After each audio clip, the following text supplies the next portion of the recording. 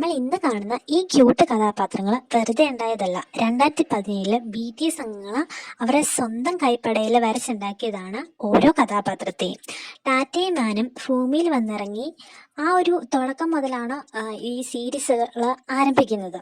And ഇപ്പതേ ഇവിടെ the journey എന്ന series വരെ എത്തി നിൽക്കുന്നു.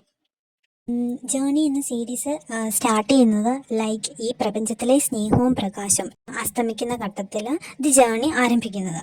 ക്രമേണ നമുക്കറിയാൻ പറ്റും ആ ഒരു ലവ് ആൻഡ് ഹോപ്പ് നമ്മുടെ BT21 ക്യാരക്ടേഴ്സ് നമ്മുടെ യൂണിവേഴ്സൽ സ്റ്റാർസ് അത് വീണ്ടെടുക്കുകയോ ഇല്ലയോ, അവരത് എങ്ങനെ ഓരോ പ്രതിസന്ധികളെയും തരണം ചെയ്ത് അവരത് ആ ഒരു ഹാപ്പിനെസ് വീണ്ടെടുത്ത് തരും എന്നുള്ളതൊക്കെയാണ് കഥയുടെ പ്രമേയമായിട്ട് വരുന്നത്. ഈ സാധാരണയായിട്ട് നമ്മൾ കാണുന്ന തമാശ നിറഞ്ഞ BT21 വീഡിയോയിൽ നിന്ന് വ്യത്യസ്തമായിട്ട് വളരെ ഇമോഷണൽ ആയിട്ടുള്ളൊരു തുടക്കമാണ് സീരീസിനുള്ളത്. ഇനി ഒന്നാമത്തെ എപ്പിസോഡ് സ്റ്റാർലെസ് നൈറ്റിൽ എന്താണ് സംഭവിക്കുന്നതെന്ന് നമുക്ക് നോക്കാം. കഥയുടെ തുടക്കത്തിൽ തന്നെ നമ്മുടെ BT21 മെമ്പേഴ്സ് ഒരു വലിയൊരു മിഷന് വേണ്ടി തയ്യാറെടുക്കുന്നതാണ് കാണിക്കുന്നത്. അവിടുന്ന് സൂം ഔട്ട് ചെയ്തിട്ടുണ്ടെങ്കിൽ 6 മണിക്കൂർ മുന്നേ അവർ എന്താണ് ചെയ്തതെന്നാണ് കാണിക്കുന്നത്. 6 മണിക്കൂർ മുന്നേ അവരിങ്ങനെ ടീം മെമ്പേഴ്സ് എല്ലാം വളരെ ഹാപ്പി ആയിട്ട് നക്ഷത്രങ്ങളെ നോക്കി ഇങ്ങനെ കടന്ന് അവരുടെ ഭംഗി ആസ്വദിക്കുന്നതൊക്കെയാണ് കാണിക്കുന്നത്. ഇൻ ബിറ്റ്വീൻ കോൺവെർസേഷനൊക്കെ ഭയങ്കര രസകരമായിട്ടുള്ളൊരു രീതിയിലാണ് പ്രസൻറ്റ് ചെയ്തേക്കുന്നത്. കോയ ഒരു ബുദ്ധിജീവി ആയതുകൊണ്ട് തന്നെ അതിനെക്കുറിച്ചൊക്കെ പറഞ്ഞു കൊടുക്കുവാണ്. ആ കാണുന്നത് കാപ്രിക്കോൺ ആണ്. അപ്പോൾ ചിമ്മി പറയുന്നത് കാപ്രിക്കോണോ, എനിക്കത് കണ്ടിട്ട് തോന്നുന്നത് ടാറ്റയുടെ തല പോലെയാ എന്നൊക്കെ. ആ ഒരു കോൺവെർസേഷൻ പ്രസന്റേഷനും ആ ഒരു ക്യൂട്ട് വോയിസ് ഒക്കെ ഭയങ്കര രസകരമാണ്. പിന്നെ ആർജയും കുക്കിയും തമ്മിലുള്ള കോൺവെർസേഷനാണ്. ആർജി ഒരു ഫുഡി ആയതുകൊണ്ട് തന്നെ ആർജയെ പറയുവാണ് എനിക്കത് കണ്ടിട്ട് ഒരു ഫുഡ് ഐറ്റം പോലെയാ തോന്നുന്നതെന്ന്.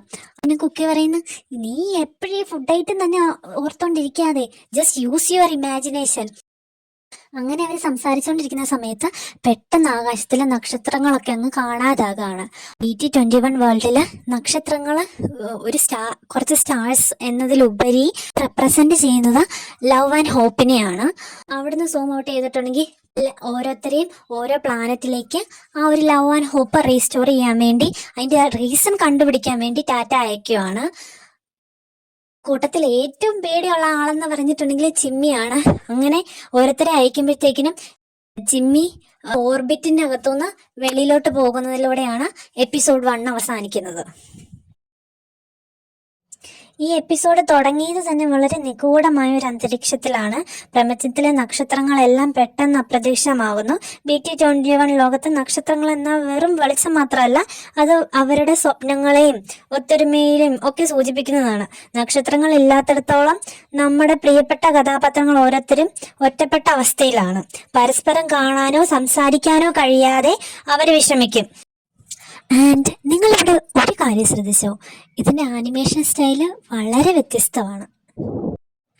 ഇതൊരു കാർട്ടൂൺ എന്നതിലുപരി ഒരു വലിയ കഥയുടെ തുടക്കമാണിത്. പല ഫാൻസും വിശ്വസിക്കുന്നത് ഇത് BTS അംഗങ്ങൾ വീണ്ടും ഒന്നിക്കുന്നത്, അതായത് 2025 റീയൂണിയനെ സൂചിപ്പിക്കുന്നതാണ്. ആദ്യ എപ്പിസോഡ് വെറും ഒരു തുടക്കം മാത്രമാണ്. അടുത്ത എപ്പിസോഡിൽ വിച്ച് സൂപ്പിൽ നമുക്ക് കൂടുതൽ കാര്യങ്ങൾ അറിയാം. ഈ വീഡിയോ ഇഷ്ടപ്പെട്ടിട്ടുണ്ടെങ്കിൽ ലൈക്ക് ചെയ്യാനും സബ്സ്ക്രൈബ് ചെയ്യാനും മറക്കരുത്. നിങ്ങളുടെ പ്രിയപ്പെട്ട BT21 ക്യാരക്ടർ ആരാണെന്ന് താഴെ കമന്റ് ചെയ്യൂ. അടുത്ത വീഡിയോയിൽ കാണാം. ബൈ. 저건 염소 자리라는 건데. 염소? 내가 보기엔 하트 머리 같은데.